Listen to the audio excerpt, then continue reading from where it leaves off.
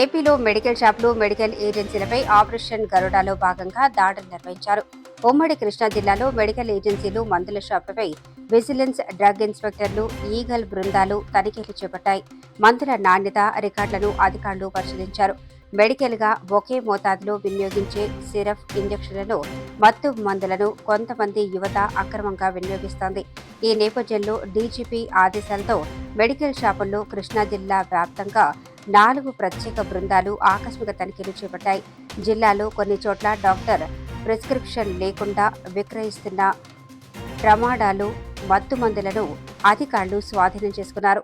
యువత కొంతమంది తప్పుడుగా వైద్యం కోసం వినియోగించే మత్తు కలిగించే మెడిసిన్స్ ను విరివిగా వాడుతున్నట్లు సమాచారం. అందుకే డీజీపీ ఆదేశాలతో జిల్లా వ్యాప్తంగా దాడులు చేస్తున్నామని ఈగల బృందాలు తెలిపాయి.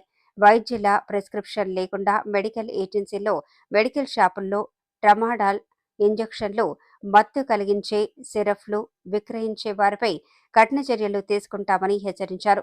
రాష్ట్ర వ్యాప్తంగా 100 బృందాల ఆధ్వర్యంలో ఆపరేషన్ గరుడ నిర్వహిస్తున్నామని ఈగల్ టీం ఐజీ రవికృష్ణ తెలిపారు. ప్రిస్క్రిప్షన్ మీద అమ్మవలసిన మందులు మాత్రమే మందుల షాపులో విక్రయించాలి. అలా లేని యెడల వారిపై చర్యలు తీసుకుంటామని డ్రగ్స్ డైరెక్టర్ ఎంబీఆర్ ప్రసాద్ వెల్లడించారు.